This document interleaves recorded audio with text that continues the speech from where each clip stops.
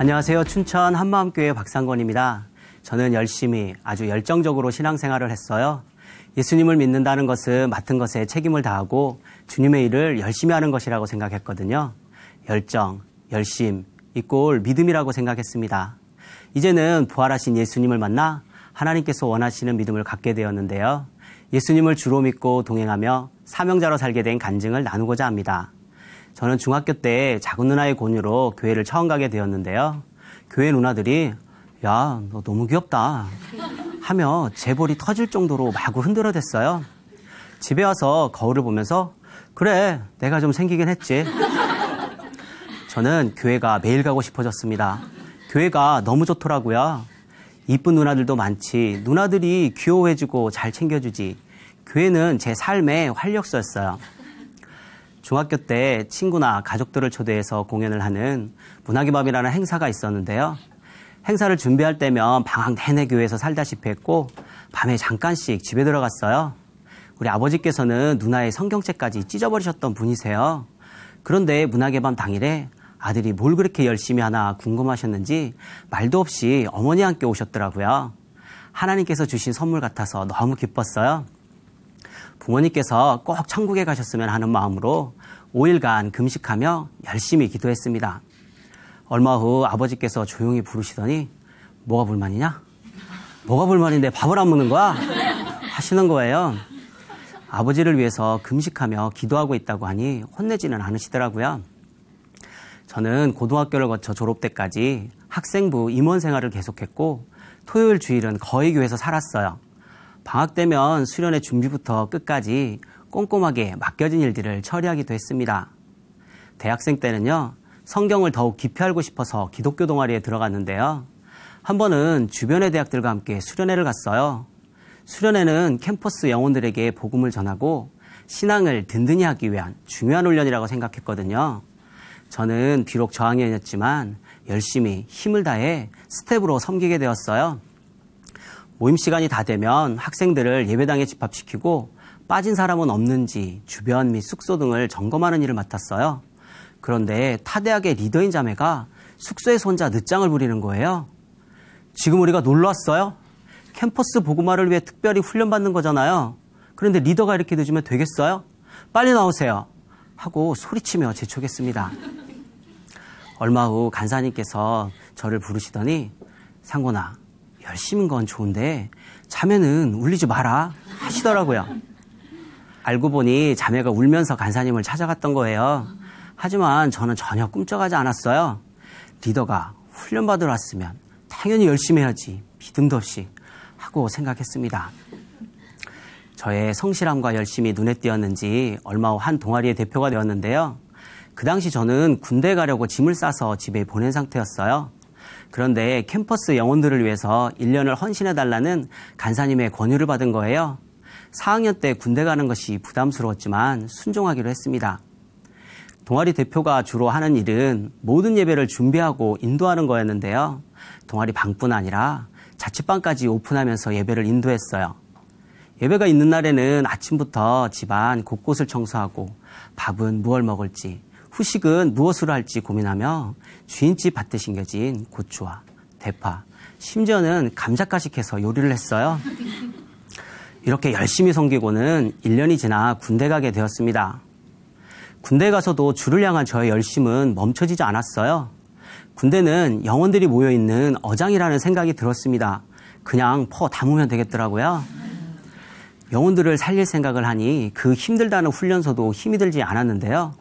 PT 체조도 즐겁게 하니까 한 교관은 여기 훈련을 즐겁게 하는 훈련병이 있네. 신기해하며 우리 조를 훈련해서 쉬게 해주기도 했습니다. 제대 후에도 성가대며 학생부 교사며 청년부까지 정말 열심으로 섬겼어요. 그런데 이렇게 믿음이 좋고 열정이 넘쳤던 저도 반복해서 짓는 죄의 문제가 해결이 되지 않았습니다. 아무리 해도 삶에서는 거룩해지지가 않는 거예요. 모르고 짓는 죄는 그래도 넘어갈 수 있을 것 같은데 알고서도 짓는 죄의 문제는 양심상 넘어가기가 너무 힘이 들었어요. 음란한 생각들과 분내는 마음이 많이 들었는데요. 늘 똑같은 문제로 번번이 넘어지게 되자 뜨겁던 열정도 식어지게 되었고 내 믿음이 이 정도밖에 안 되나? 낙심이 되었습니다. 거기다가 새로 시작한 사업은 서비스업이었는데 밤낮을 가리지 않고 시도 때도 없이 오는 고객 전화에 시달렸고 하루도 마음 편히 쉴 수가 없었어요. 고객 관리로 인한 스트레스와 과다한 업무로 몸도 마음도 지쳐가기 시작했습니다. 이러한 상황이 오랫동안 반복되니 하나님 앞에서 이 자신감도 점점 사라졌어요.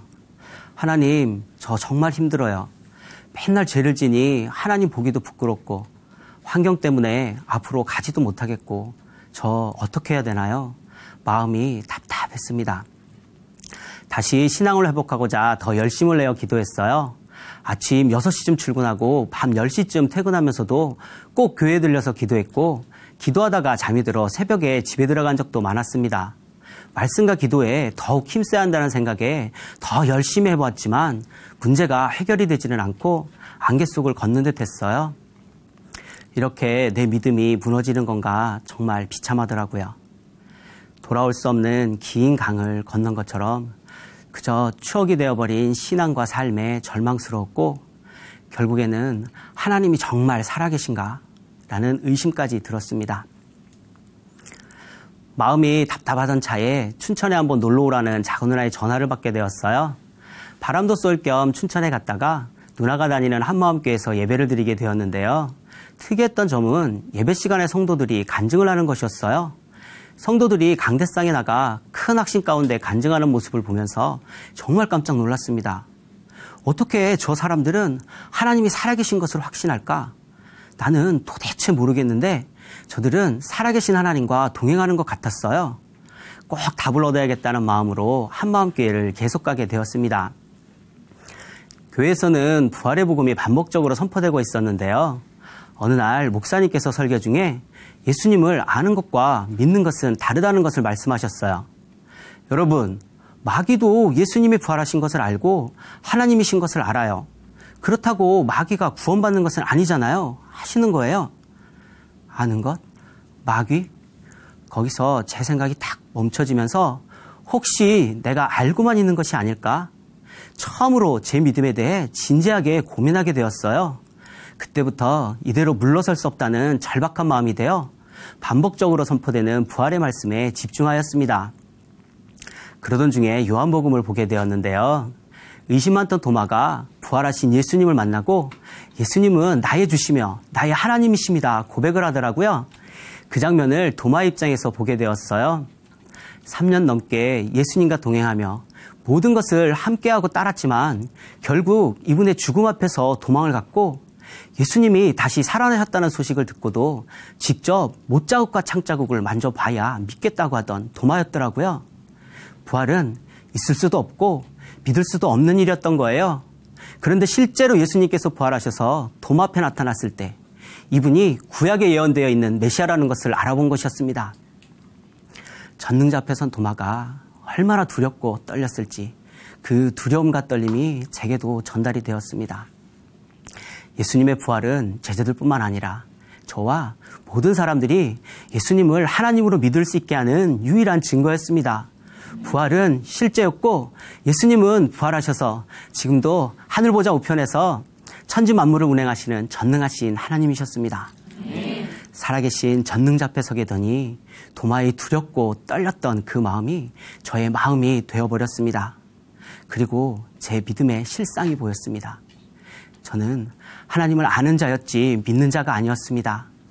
열심히 신앙생활을 하지만 중심은 굴복되지 않은 자, 중심은 여전히 내가 주인된 자가 바로 저였습니다. 부활이 실제가 아니었기에 예수님이 누구신지 알지 못했고 예수님이 누구신지 알지 못했기에 굴복할 수 없었던 거예요. 하나님을 믿는다고 하면서 자기 의를 쌓아왔던 바리새인처럼 저 또한 예수님의 이름으로 종교생활을 하고 있었어요. 지금까지 내가 하나님 되어 내 열정, 내 열심으로 살았던 거예요. 이런 죄인을 위해 천지 만물을 지으신 하나님께서 사람으로 오셔서 죽으셨다는 사실 앞에 고개를 들 수 없었습니다. 입술로 주여 주여 했지만 정작 영광 받으실 예수님은 관심도 없고 마음에도 없는 예수님과 상관없는 자가 바로 저였습니다. 하나님, 용서해 주세요. 저는 아들을 보내신 아버지께 예수님을 믿지 않았던 이 죄를 회개할 수밖에 없었습니다. 부활하셔서 지금도 살아계신 예수님께 제 인생의 주권을 내어드리며 오직 주의 말씀대로 순종하겠습니다. 예수님만이 나의 주, 나의 하나님이십니다. 라고 마음 중심으로 고백하였습니다.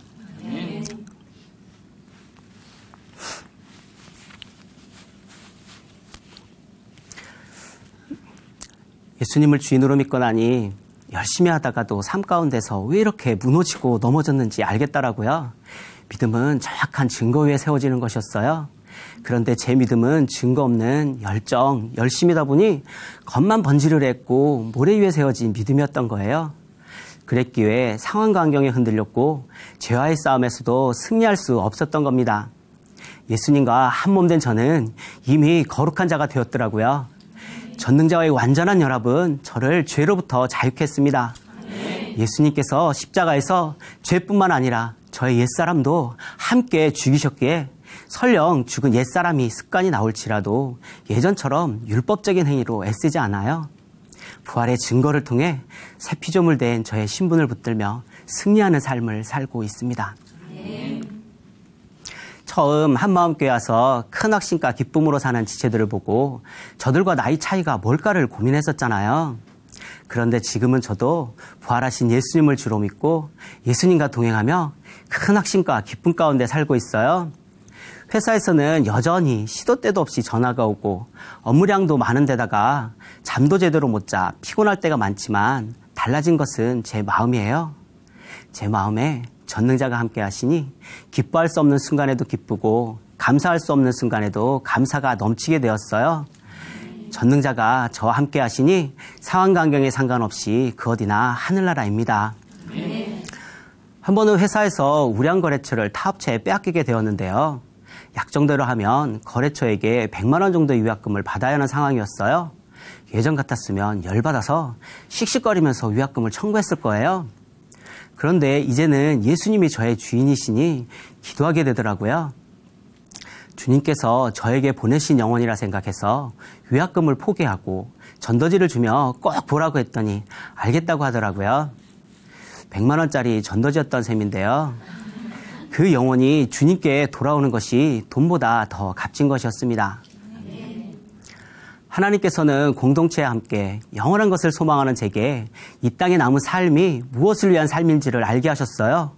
바로 주 예수께 받은 사명, 은혜의 복음을 전하고 제자 삼는 것이었습니다.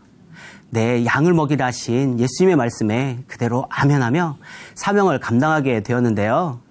지금은 거래처에 전도지를 나눠주며 복음을 전하고 있습니다. 어느 날은 후두암, 폐암 등 동시에 여러 가지 암이 발견되어 힘든 상황에 계신 한 사장님을 만났어요. 매달 방문할 때마다 지속적으로 복음을 전하는데 사장님께서는 나는 죄가 많아서 믿을 수가 없어 하시더라고요. 그 말을 듣는데 오히려 하나님의 사랑이 더 크게 부어졌습니다. 오랜 시간 주님을 기다리게 했던 저를 살리셨던 것처럼 이 영혼도 포기하지 않으시고 살리실 것을 믿기에 계속해서 기도하고 있습니다. 또 한 번은 거래처 사장님께서 말씀에 대해서 궁금한 것이 있다고 만나자고 연락이 왔어요. 반가운 마음에 2시간 가까운 거리를 한달음에 달려갔는데요. 말씀을 나누다가 사장님께서는 나는 이 시대에 공중부양하는 사람만 봐도 모든 인생 다 걸고 쫓아갈 거야 하시더라고요. 저는 이때다 싶어 사장님, 공중부양이 그렇게 놀라운 사건인데 죽은 사람이 다시 살아났다면 어떠시겠어요? 하면서 부활하신 예수님을 실제로 목격한 증인들을 말씀해 드렸어요. 게바에게 보이셨고 12제자에게 보이셨고 500여 형제에게도 보이셨고 바울에게도 보이셨어요 하는데 하나님께서 이 땅에 사람으로 오셔서 죽으시고 부활하신 것이 얼마나 놀랍고 엄청난 사건인지가 전해졌습니다. 저는 지금 일꾼으로 작은 교회를 섬기고 있는데요. 이전에 제 일꾼은 100개의 작은 교회를 세우고자 하는 소망을 가지고 있었어요. 어느새 그 소망은 저의 소망이 되었습니다. 처음에는 언제 되겠나 싶더라고요. 얼마 전 하나님께서는 하나님을 믿지 않게 생긴 니끼한 형제 한 명을 작은 교회에 보내주셨어요. 그 형제는 하나님을 빽삼아 이 땅에서 잘 살아보겠다고 했었는데요. 공동체와 함께하며 부활의 복음을 반복적으로 듣다 보니 부활의 주 앞에 굴복이 되었고 통장 잔고의 수가 전도하는 영혼의 수가 되기를 원한다고 고백을 하더라고요. 지금은 영혼들을 복음으로 세우는 담백한 일꾼이 되었습니다. 또 한 형제는 예수님을 영접하고는 작은 교회에서 오픈하기 힘든 자신의 문제를 드러내는 거예요. 그리고 즉시로 복음을 전하고 사명에 올인하는 모습을 보게 되었어요. 이렇게 귀한 형제들을 통해 소망이 이미 실현되고 있다는 것을 눈으로 보게 되었는데요. 전능자와 동행하며 공동체와 함께하니 불가능할 것 같았던 100개의 작은 교회가 곧 세워질 것을 믿습니다. 저는 열심과 열정이 좋은 믿음이라고 생각하고 살았는데요. 하나님께서 말씀하시는 참된 믿음은 부활하신 예수님을 주인으로 믿고 이분과 동행하는 것이었습니다. 오랜 시간 고집을 부리던 저를 포기하지 않으시고 찾아와 주셔서 영원히 함께 하시는 하나님께 감사드립니다. 부활로 영원한 산소망을 갖게 해주신 하나님께 모든 영광 돌리며 주님이 주신 사명 끝까지 감당하겠습니다. 감사합니다.